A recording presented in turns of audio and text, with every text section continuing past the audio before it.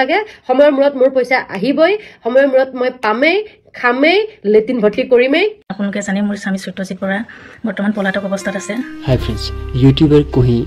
और एसआई सत्यजीत बड़ा और उनकी वाइफ का ये जो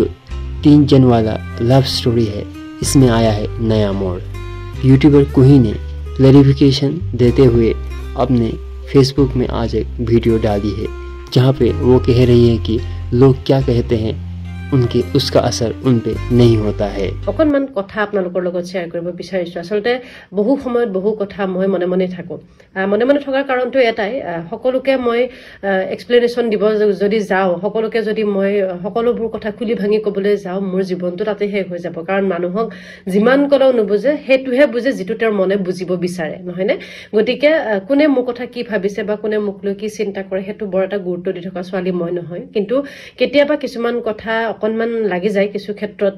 বিভিন্ন সময়ত বিভিন্ন ধৰণৰ কথাক লৈ ভিডিঅ' বনোৱা হয় তাৰ মাজতে আজিকালি দেখা পোৱা যায় কন্টেন্ট ক্ৰিয়েটৰ বহুত হৈছে আৰু তেওঁলোকৰ বহু সংখ্যকে আনৰ কথা এটা আলোচনা কৰি পেলাই বা আনৰ কিছুমান কথা আলোচনা কৰি ভিডিঅ' কেতিয়াবা প্ৰস্তুত কৰে হেতু মই সকলো ক্ষেত্ৰতে কোৱা নাই কেতিয়াবা কিছুমান মানুহে পজিটিভ কিছুমান কথাক লৈ বনাই গতিকে হেতু কথা মই কোৱা নাই আৰু কেতিয়াবা কি হয় কোনোবাই কৈছে কাৰণে ধৰক মোৰ কথা এটা কোনোবাই আপোনাক ধৰক ক'লে বা কৰবাত এটা কমেন্ট কৰিলে হেতু খুব ভাল বেলেগত গৈ পেলাই মানে যাটা কমেন্ট কৰাটো বিৰাট ভাল কিন্তু সেই কমেন্টটোৱে যে কাৰোবাৰ জীৱনত প্ৰভাৱ পেলাব পাৰে হেতু হয়তো আমি বহুতে ভাবি নেছাও আৰু সেই কথাটোক লৈ পেলাইও বহুতে সেই টপিকটো ব্যৱহাৰ কৰিও ভিডিঅ' বনাই দিয়ে মানে কথাটো হল ভিউজ লাগে কিন্তু এই কুহিয়ে আজি इतना कुछ होने के बाद और पब्लिकली कोही नामक ये यूट्यूबर जो है वो एक शादीशुदा मर्द के साथ रिलेशन में आने का बाद बाहर आने के बाद भी वो आज फिर से लोगों को अपने वीडियो के जरिए ज्ञान देती हुई नजर आई और उधर एसआई सत्यजीत बड़ा की बात करें तो वो अभी लापता है ये बात उनकी वाइफ ने जानकारी देते हुए बताई है আপোনালোকে জানে মোৰ স্বামী সত্যজিৎ বৰা বৰ্তমান পলাতক অৱস্থাত আছে তেওঁৰ কাৰণে আজি মই গৈছিলো আৰু আৰু আৰু আৰু এটাই কথা কওঁ যে সত্যজিৎ বৰাই ফেক একাউণ্ট খুলি মোৰ বিষয়ে যিখিনি কথা লিখি আছে সেইখিনি সম্পূৰ্ণ লিখিছে পাপৰি কলিতাই আৰু এটা কথা কওঁ সত্যজিৎ বৰাই যদি সঁচাকৈ যদি কৈছে তেওঁ লাইভত আহক তেওঁ পলাতক অৱস্থাত আছে যদি এই কথাখিনি কৈছে তেওঁ লাইভ আহি সকলোকে দেখাই দিয়ক তেওঁ ক'ত আছে আৰু লাইভৰ যোগেদি কথা কওক মোক মই সকলো কথা এটা এটাকৈ উত্তৰ দিম আৰু বিশেষ কথা হ'ল যে সত্যজিৎ বৰাই যিখন টাটা পাঞ্চ চলাই আছে সেইখনৰ গাড়ী নাম্বাৰটো হৈছে AS2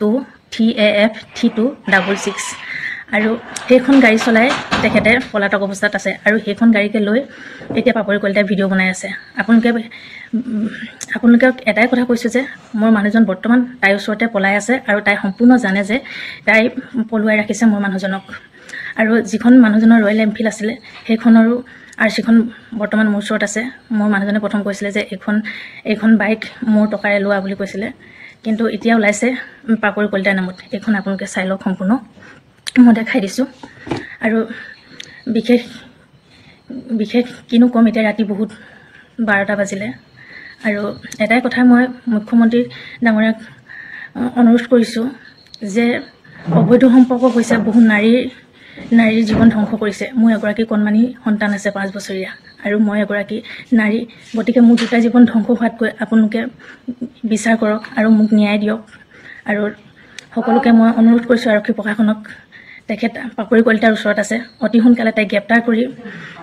কৰক তেতিয়া মানুহজন ক'ত আছে বিচাৰি পাব আৰু গুৱাহাটীত ইতিমধ্যে আছে বুলি কৈছে গতিকে তেখেতক তাই গ্ৰেপ্তাৰ কৰক মোক তাই গ্ৰেপ্তাৰ কৰিলে সকলো কথা ওলাই যাব আৰু কিছুমানে মোক বেয়াকৈ কমেণ্ট কৰিছে তেখেতৰ কিছুমান হেৰি ফেক একাউণ্টৰ পৰা কমেণ্ট কৰাৰ কাৰণে আচলতে মই কেনেকুৱা মোক সকলোৱে জানে মই তেখেতক 2010 চনৰ পৰা লগ হোৱা আৰু 18 চনত আমি বিয়া সোমাইছিলোঁ বিয়া সোমোৱাৰ পিছত আমাৰ 7 বছৰ এতিয়া চলি আছে আমাৰ বিয়া হোৱা গতিকে আপোনালোকে এবাৰ ভাবি চাওক এগৰাকী নাৰী জীৱনটো এগৰাকী নাৰীয়ে যদি ধ্বংস কৰি পেলাই পাপৰি কলিতাই ইমান মিঠা কথা কয় তই লোকৰ জীৱন ধ্বংস কৰিছ তই মতা নেপালি লোকৰ মতাটোকহে এজনী ছোৱালী থকা মতাটোকহে তই পালিগে আৰু তাৰ আগতো 2টা-3টা মানৰ তোৰ সংসাৰ ধ্বংস কৰিছ নাপায় নহয় এইবিলাক কৰিবলৈ তোৰ মা দেউতাৰে নেচাই নেকি এইবিলাক ভিডিঅ' গতিকে তোৰ মা দেউতাই যদি এই ভিডিঅ'টো চাইছে গতিকে